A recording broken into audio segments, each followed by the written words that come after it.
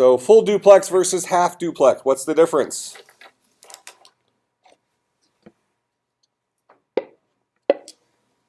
Full duplex data can move both directions at the same time. Half duplex it can only move one direction. Okay, and what's an example of when we would prefer half duplex? When you don't want things talking at the same time. You don't want things. That's not an example. When we're coming up with a really intricate protocol, like our bit thing, I don't remember what we called it, the file sharing thing. Mhm. We had, we have to wait for this specific response before we can do, gather all the information from it. Okay. Really intricate protocol involved. All right. So one potential example would be something like that, where you want the stream itself to police communication back and forth. Another example might be when you need the full bandwidth of the stream in one direction, because if you're supporting both directions, now you're kind of sharing that bandwidth. Okay. What about full duplex? When do we want that? Give me an example of full duplex. Pretty good example that we've all used today, I'm sure. Human speech. Well, I suppose that is a true statement. I suppose that is a true statement, but as it relates to streams, we're not implementing human speech. So what's an example when we would want full duplex? We all use it all the time.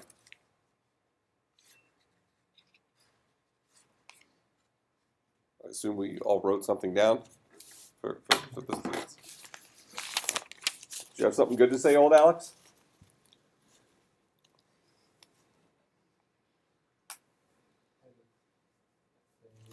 No, crap.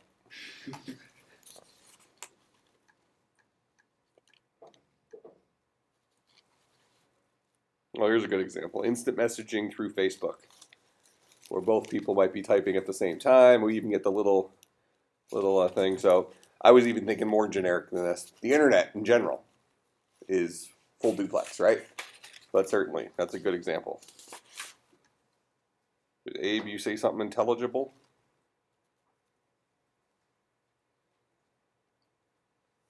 Full duplex when you might need to interrupt the data stream? You probably got the other ones wrong. That doesn't make sense. He knows how to pull a boat. All right, so let's get back to our discussion on streams. Okay, so last time we talked a little bit about implementing our own streams. We really haven't quite gotten far enough to understand why we might want to do that. We will get that far today. But punchline is that we can create our own streams if we want. But there are some streams already built into most of our operating systems that we use. Standard output stream is usually our monitor. Standard input stream is usually our keyboard. And then earlier in the semester, we've had some experiences with input and output streams as they relate to like files or sockets, things like that, other elements that are on a network. Okay, so whenever we need to read from something, that's an input stream. Whenever we need to write out to something, that's an output stream. So we want to think of all these guys as kind of being of the same breed. A stream is a stream. And up to this point, all of our streams have been full duplex. Interestingly enough, in the early days of networking, when we had very old networking topologies like token ring, the network by default was half duplex. So for instance, a very old networking scheme, you can only send data if you currently had the token. So you had to have the key, and that allowed you to broadcast on the network. Otherwise, you were the one who would be sitting there trying to receive. You'd be listening to the network, but you couldn't send anything across it. Okay, so in any case, we want to think about streams as data communication channels between 2 points. And we read in 2 separate directions, input and output streams. So there's a physical stream, and the input stream is going in one direction, output stream is going the other direction, hence full duplex. Okay. Abe, remind me, what's a pipe? Tell me about the pipe, Abe. Takes the output stream from one program and puts it into an input stream. Oh, that's a great answer. You even gave the answer in terms of streams. I'm proud of you. Proud of you. Okay, good, good. Very good. So a pipe is when we take the output stream of one application and put it into the input stream of another application. Okay. I was actually concerned you were going to give a human centipede I feel bad. type of example, and that would have been problematic. My We brain talked went about there. that, being attacked by human centipedes. They're making a new movie now. Really? Oh, good God. Told you that. Number 3. Class. Oh, I got to tell you about a really cool book. Definitely related to technology, so it's not horribly off topic. Does it come in actual? It Does that one come in actual print, or is it just audiobook format? comes in print, Okay. and they're making a movie, and Steven Spielberg's directing it. Yeah, you said. Yeah, so that's like legit. So the name of the book is Ready Player One. Are we gonna movie this now? Steven Spielberg's going to direct it. So how many of you have heard of this book before? Have you read it? All right, so I'm going to tell you everything about the book. I'll give you the general gist of the book. I highly, highly, highly recommend it. Really, really good and very related to computer science. So the premise of the book is, so you know these MMO type multi-user world games today, right? Well, let's kind of fast forward maybe 10 years, and let's say that those guys evolve into there's an online world where people like work and get school and live and stuff like that, and they call it the Oasis. Okay, and the Oasis kind of has like every video game that's ever existed kind of embedded in it, all the data there. So there's people where they go to their home and they have like haptic chairs and stuff. They sit in, they basically they spend all their time plugged into these games. That's where real life is for them. Okay, they can come back out for real life, like for going to the bathroom and stuff, but they spend most of their time in the fake world, the Oasis. And the programmer of the Oasis dies. Okay, and this guy's worth zillions of dollars, whatever. And what he decides is he's going to, instead of leaving his fortune to a family member or something like that, he's actually put Easter eggs into the Oasis, like this gigantic quest line. And the first person, the first member of the online world who completes the quest line will get this guy's fortunes. But the quest line is, so he left it, the initial starting point is like a weird riddle. So there's people who spend years, 5 or 6 years have gone by, and you have people who there's college courses on studying this guy's backstory and all this stuff, trying to figure out the answer to these riddles, because you figure this guy probably connected them to his life in some way. Halliday. So yeah, the guy's name is Halliday. So in any case, the book kind of covers these different folks in the Oasis as they figure out the different puzzle pieces and are competing against, you have like the evil corporations that hire people, and their whole job is to just figure out the quests. They get all the money, and then you have individuals who are like soloists who like, oh, I don't need anybody's help, and they're trying to do it. And then you have groups of non-corporate people that are trying to band together to do it. It's really a fascinating type book. But I just found out the other day that they're making a movie. They just got the approval for the movie or whatever, but Steven Spielberg's directing it, which It looks like it was originally printed. Well, it was originally printed in German. I have no idea. I have no idea. But the audiobook, which I listen to, actually the person who reads it is Will Wheaton. If you guys are, he was from Star Trek, but if any of you watch Big Bang Theory, has cameos in Big Bang Theory pretty often. But highly recommend it. I've been very entertained by it, and it's very related to computer science. Okay, so in any case, what we're going to talk about today is creating our own streams. So not utilizing the streams that are already there, but creating our own streams and then utilizing them in some interesting way. Okay?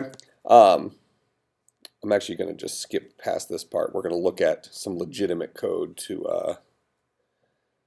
Okay, so in this case, this is where we're going to create I guess an output stream. So we're going to create an output stream here. So up here, I'm just going to walk through the code, and then we'll kind of type it in and see it work. So we have, in fact, let's paste this into this guy. I'm going to create a new file in here.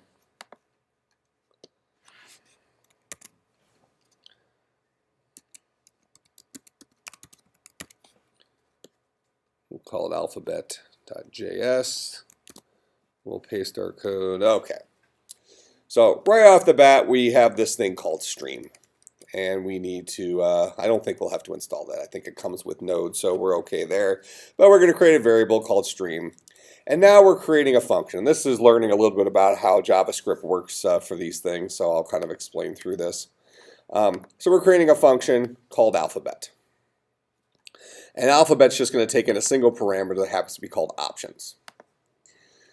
We're using our stream variable, the guy we created up here, and we're using, he has an object within it called readable. This is a stream that can be read from. Okay? And then we are saying, he has a method called call, and we're saying call this guy, passing it options. Okay? So this is kind of the starting point for this, and you'll see how this works here in a second. So we're creating a couple local variables. One's called this start, one's called this end, and notice just the letters of the alphabet, A through Z. And then we are setting our current, the current character we're looking at is start code at 0. So this is actually getting the Unicode value of this guy, because they're going to be doing some math with it. Okay, so this sets up our object. So this is kind of how object-oriented programming is pulled off in JavaScript, and the next couple lines kind of filled the rest of this in. All right, so this is what this guy does here. Then we attach this prototype to alphabet, and we use the top-level object to create an alphabet. And what we're going to pass in as a parameter is streams readable prototype. Okay, that is the prototype for streams that you can read from. Okay, so these would be output streams. Then we're going to set alphabet's prototype's constructor equal to stream readable. Okay? This guy now becomes the constructor, because alphabet was built in terms of a generic object, which was built in terms of the readable prototype. So using Java as our kind of our baseline, we have a hierarchy here.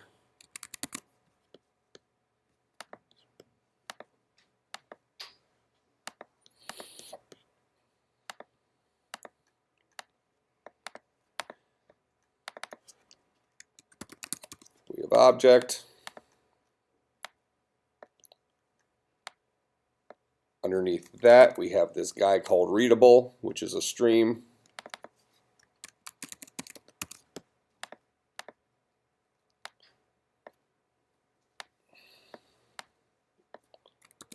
And then we have this guy called alphabet, which is one of these readable streams. Okay, so this is just inheritance. An alphabet is a readable, which is an object.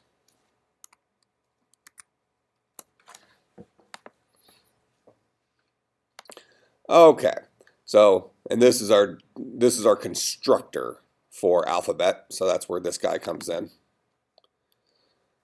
Now we're adding a function to alphabet's prototype called read, and this is something we're overriding that we actually got from the readable prototype. So readables have a read method that does nothing, pretty similar to what we dealt with a little bit earlier in the semester with threads. How threads have a run method that does nothing by default, and if we want to have kind of a special thread, I don't remember what we called them worker bees or something like that.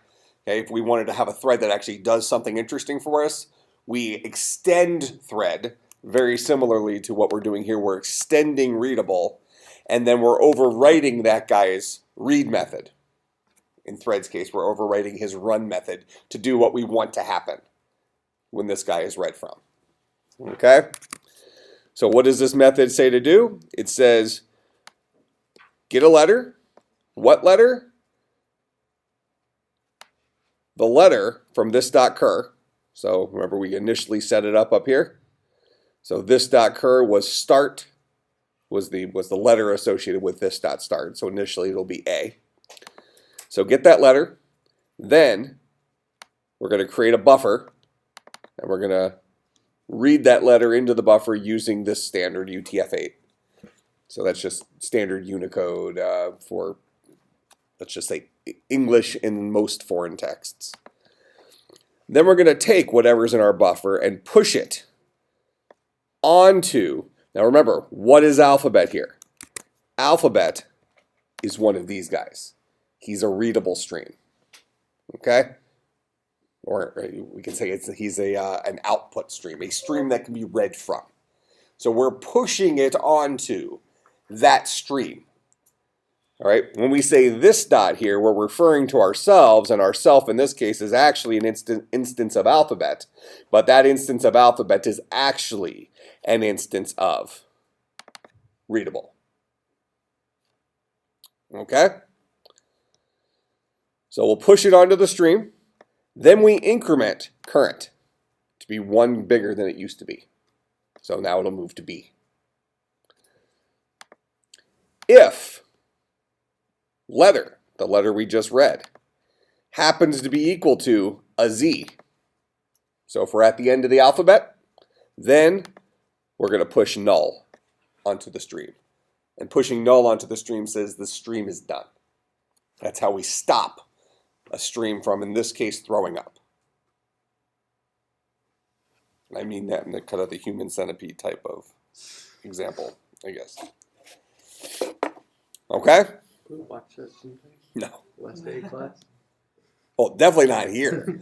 I've got 100 projector. My wife doesn't let me watch it in the house if she's around. She comes by and gets grossed out. I mean, I got a 100 projector screen and it's surround sound. Well, we have awesome. a projector here, I know, but too. we can't watch it here. Well, not during school hours, at least. Oh. Technically, we're being recorded right now, so not ever. Not ever. Okay, so in any case, whenever this read function gets called of the output stream, whenever it gets called, it's just going to get a current letter, put it in a buffer, push that letter onto the stream, onto this output stream, increment current, and then if we happen to be on the last letter, we'll push null. Otherwise, we'll wait till this guy gets called again. So we're going to see actually how streams work, because this function here is going to get called multiple times. It's going to get called over and over and over again automatically. Okay, because this is how streams work in Node. Okay, and then what we're doing, so this guy, what we're building here is actually something called a module. So we're saying module exports, and we're exporting alphabet so that we can use this guy someplace else. All right.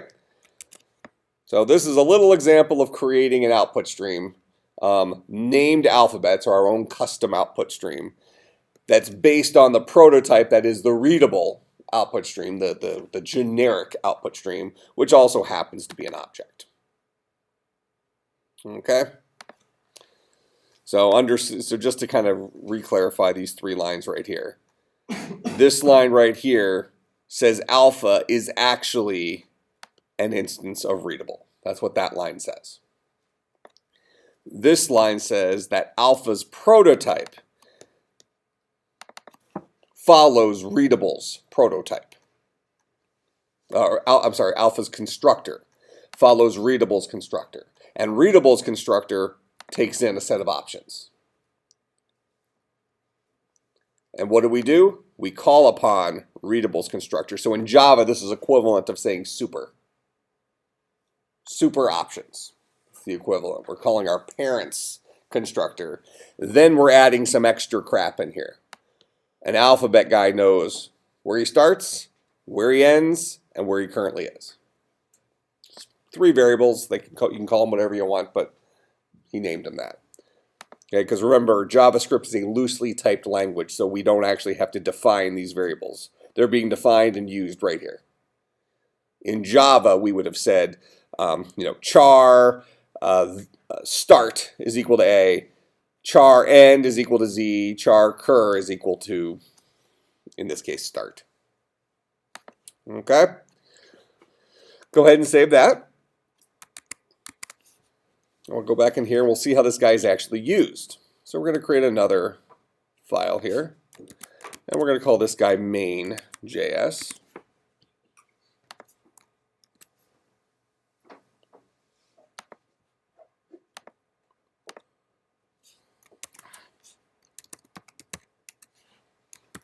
Paste this stuff in here.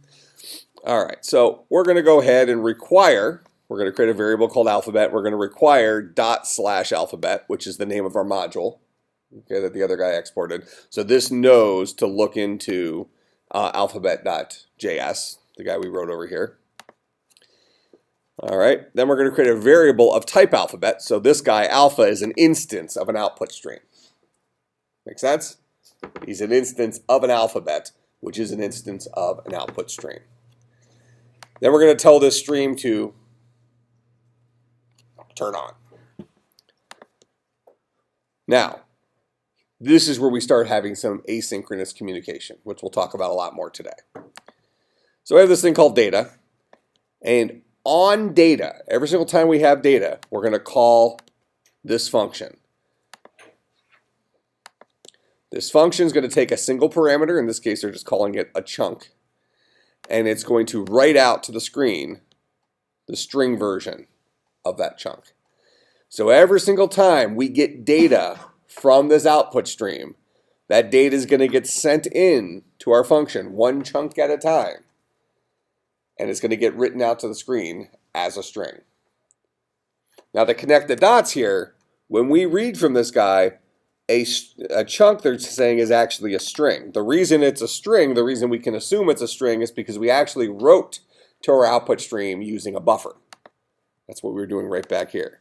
We took our letter and we made it, for all intents and purposes, a string. Okay? And then we pushed that string onto the output stream. That's the dude that will get read in.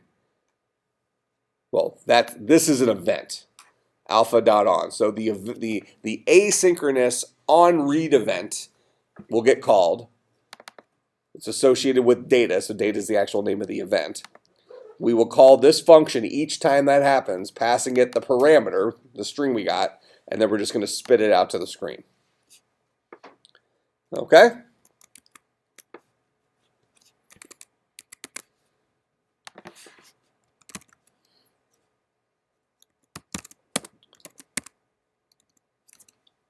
So we go ahead and ran node main. Now notice here I didn't put JS. Okay, we're utilizing Node's awareness of libraries. Kind of like if you compile Java from the command line, you say javac whatever.java, but then when you run it, you say java whatever. You don't say java whatever.class. So Node knows that main is a JavaScript file. So you don't actually have to call it JavaScript if you don't want to. So we're going to run node main, and notice what happened here is we just read from that output stream over and over and over and over again until we finally hit the end. Does that make sense? So what we see as output looks a lot like it was a for loop or something like that, right? Okay, but in actuality, this wasn't. This was actually an output stream having its read method called over and over and over and over and over again as a result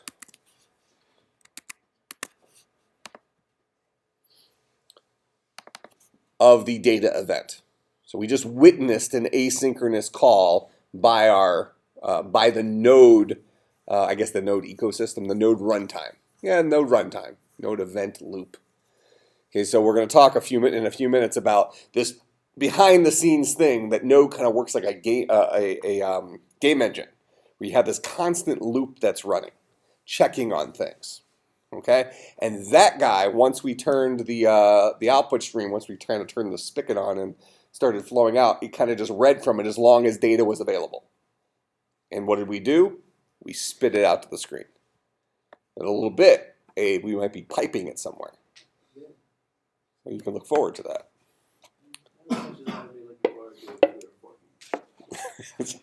I guess that makes sense. Okay, so questions about that? Okay, so we have one container holding our alphabet. We're spilling it over the across a output stream.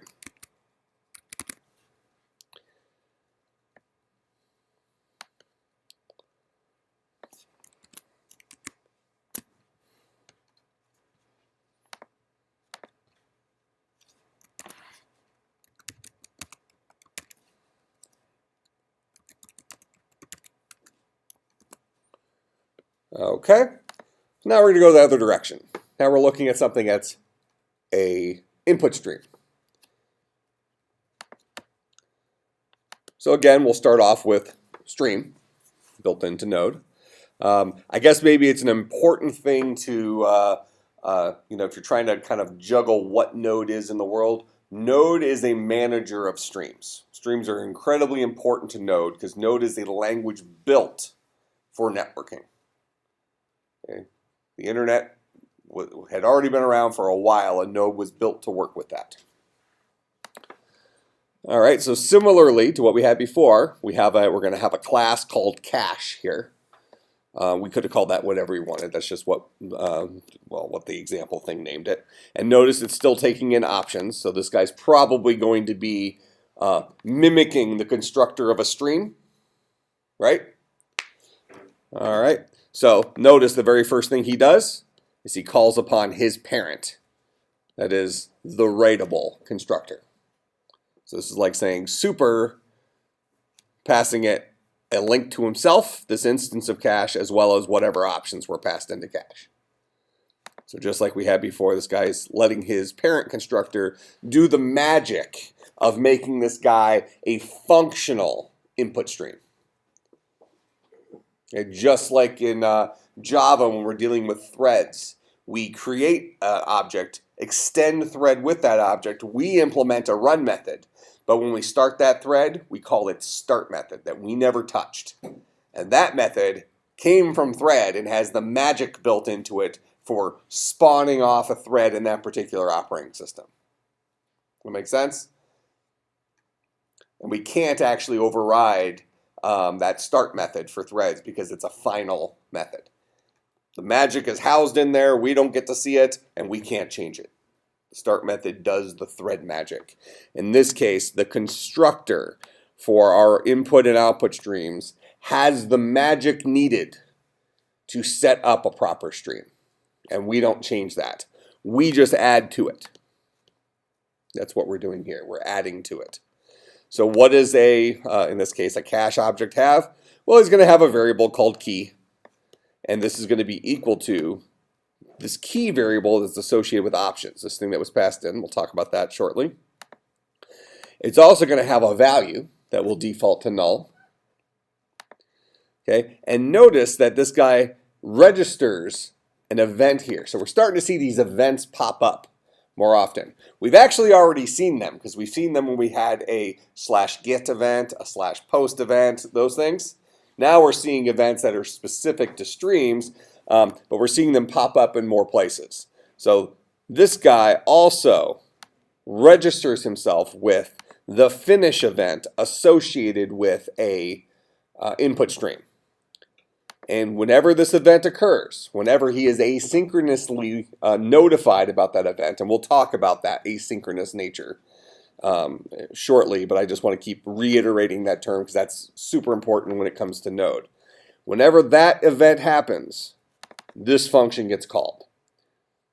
Okay, I think we mentioned this last time. What's that kind of animal called in computer programming? What kind of thing is that? What I have highlighted. It's a function, but specifically where it's located here, it takes on there's a vocabulary word associated with it. Close. I just gave you half the answer when I said close. It's a closure. It's called a closure. So a closure is the act of passing a function in as a parameter to another function. Okay, so this guy right here is a fully implemented function. And we would call this guy a closure because he's being passed in as a parameter to this function called on. On this event, do this is how this reads. Make sense? Okay, so when the finish event occurs, we're going to store inside cache. And just like we were, if I just jump back here to real quick, just like this guy, we could push something onto an output stream. An input stream has the ability to store something, store it locally. That makes sense? Because input streams are kind of buffers. All right, so we'll store this guy in here. And what are we storing? We're storing the key. And what's the key? It's a value.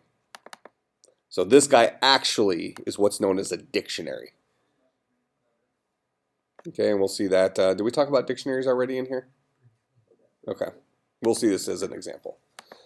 All right, so we're going to store at bucket this key, which won't actually be like 0, 1, 2, 3, 4. Instead, it's going to be kind of like a unique identifier for the byte that because it's streams. It'll be a unique identifier for the byte or string it just read. So it won't be bucket 0, bucket 1, bucket 2. It'll be, bucket alpha, bucket beta, bucket, so on and so forth. What is it? Gamma, delta, epsilon. All right. So that's what happens when the finish event occurs, is we store whatever value we read into a key. We haven't read it in yet. This guy's going to actually get read in from someplace else. We just handle it inside here where we are registering ourselves with the finish event inside here and say, whenever that happens, do this crap. Okay? Next, we default the store variable associated with cache to be the empty dictionary. Opening curly brace, closing curly brace. So that's like creating an array and putting nothing in it initially so we can start filling it up with stuff later. All right. Similarly to what we did before, we're saying a cache is actually a writable. So this is creating our object-oriented model where cache is prototype. Prototype here would kind of be like when I introduced this stuff in Java, I called it a blueprint. A class is a blueprint, and a constructor takes a blueprint and builds an object. So in this case, we're setting cache's blueprint to initially be the same thing as writable's blueprint. So this would be like saying public class cache extends writable in Java.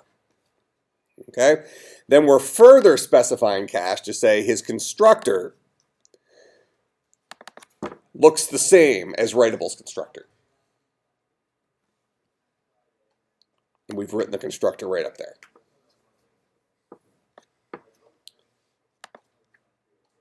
Then we're saying that his write function, which by default does nothing, just like the run method of a thread, will actually be equal to this function. This should be what gets called whenever something is written to this guy.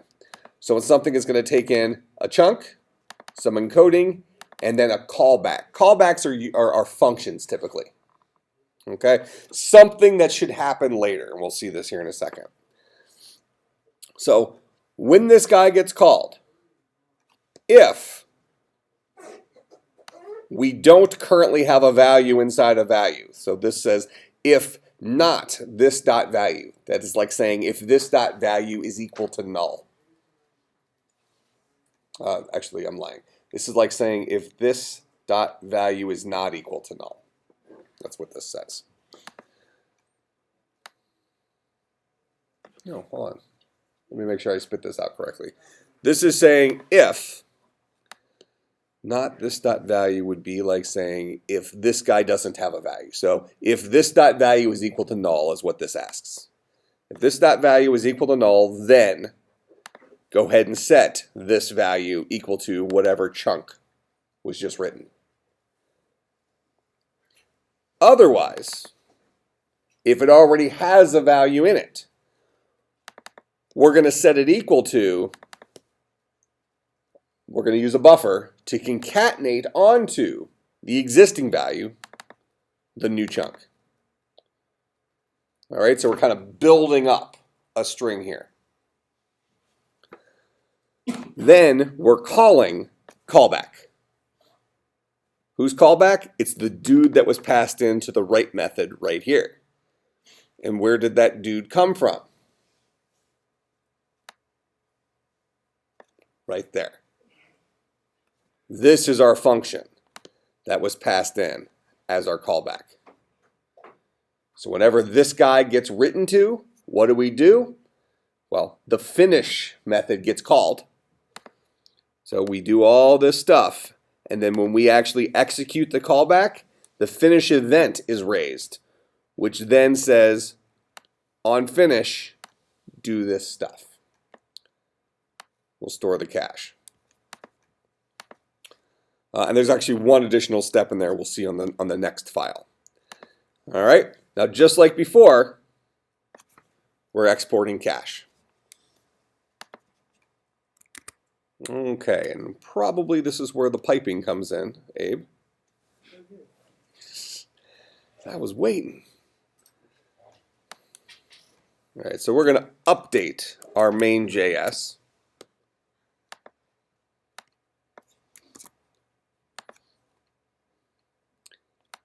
Still getting something from Alphabet, still getting something from cache. Creating a variable called alpha, creating a variable called cache. So alpha is our output stream, cache is our input stream. Okay? And notice that for cache, we're passing in an initial key called alpha1. So let's go back and look at our cache real quick.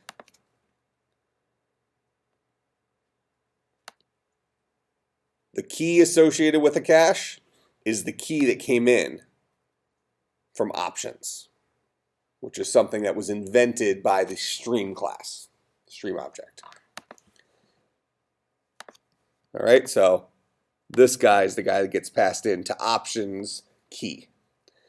Now, based on seeing this, can you tell me what kind of animal options must be?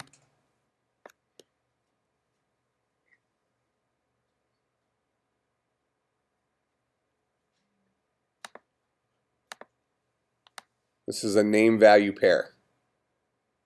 Options must be a dictionary. A dictionary has a bunch of key value pairs. So what we're saying is in options, give me the value associated with key, which in this case was alpha1. All right, so we created our two instances of alphabet and cache. And here's the pipe, babe. Right here, this is where it all happens. Rubber meets the road right here. All right, so we're taking alpha, which is our output stream. You mean the input stream meets the output stream? Okay. Correct. Yeah. Correct. So this is, maybe the front row needs to get under plastic. Gallagher. That's not what I was thinking of it from, but okay. So we're going to take our output stream, alpha. We're going to pipe that output. So the list of the alphabet, A, B, C, D, blah, blah, blah, blah, blah. We're going to pipe that into our input stream called cache. So what this will do is every single time cache reads something, it's going to start filling up its buffer, right? And then what we say here is cache on, finish. What do we want to do? We're going to call this function, and we're going to say cache store, and we're going to actually print out whatever was built up in store. Make sense? Remember, cache is the guy who actually builds store, and that was right here.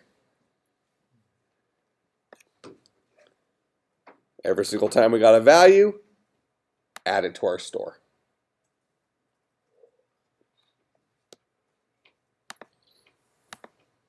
Okay, so when all is said and done, after our output stream is done spilling the alphabet into the pipe that leads right to our input stream, cache, after all this is finished and the entire alphabet's been spilled into that bucket, Then we're going to go ahead and display cache's store, which should have all the letters of the alphabet in it.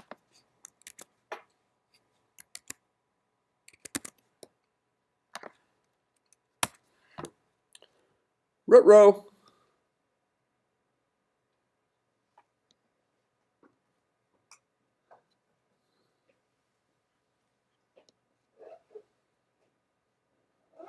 It actually shows your MacBook there. Oh, it does. That's true. I didn't ask you my Function cache, module exports cache, named it cache.js. This guy ./cache. Store this in the right place. Here's cache right there.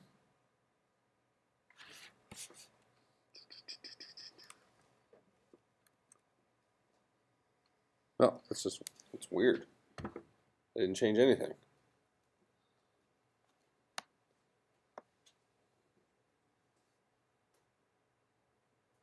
Well, I guess in any case, notice in our store, we have a single key called alpha1. Remember our store is a dictionary? So this is alpha1, and it's holding a buffer that looks like this. What's 61, 62, 63, 64? What are all those things?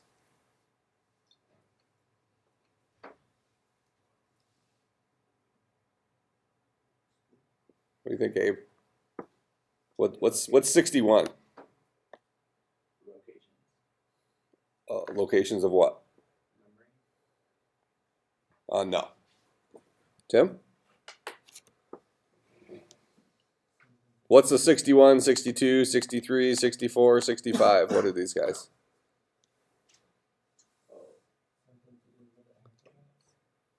I would expect it to have something to do with the alphabet, seeing as though we piped the alphabet into this Those the char values. Yeah, Those Unicode values.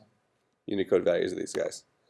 So we're actually storing them in this buffer as Unicode values because those are the kinds of, that's the information that computers like. Computers like numbers. We could then, if we wanted to print them out, we could convert them back to their actual char values. Make sense?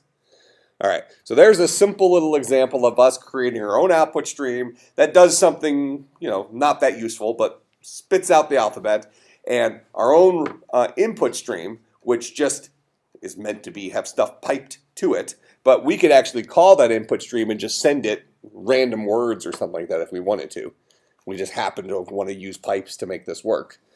And now we have these two things. Now next time what we're going to talk about is the asynchronous nature of this and how the event loop in Node only asynchronously handles input-output. And this kind of comes full circle to something we've talked about in previous courses, and I've done it several times where you've seen me write a little program that maybe adds 1 to 1,000,000 together or something like that, and the program runs really quickly. But if I print something 1,000,000 times, the program takes forever to run. Because I/O, any I/O operation is very, very expensive, especially I/O operations over the internet. So what Node does is it asynchronously deals with all I/O operations, but everything else it handles inside of a single thread rather than spawning off multiple threads. Because we talked last time that multiple threads are actually problematic from a memory perspective, from a performance perspective, from a sharing CPU time perspective. There's all these problems with multiple threads. So Node handles everything in the main thread except I/O.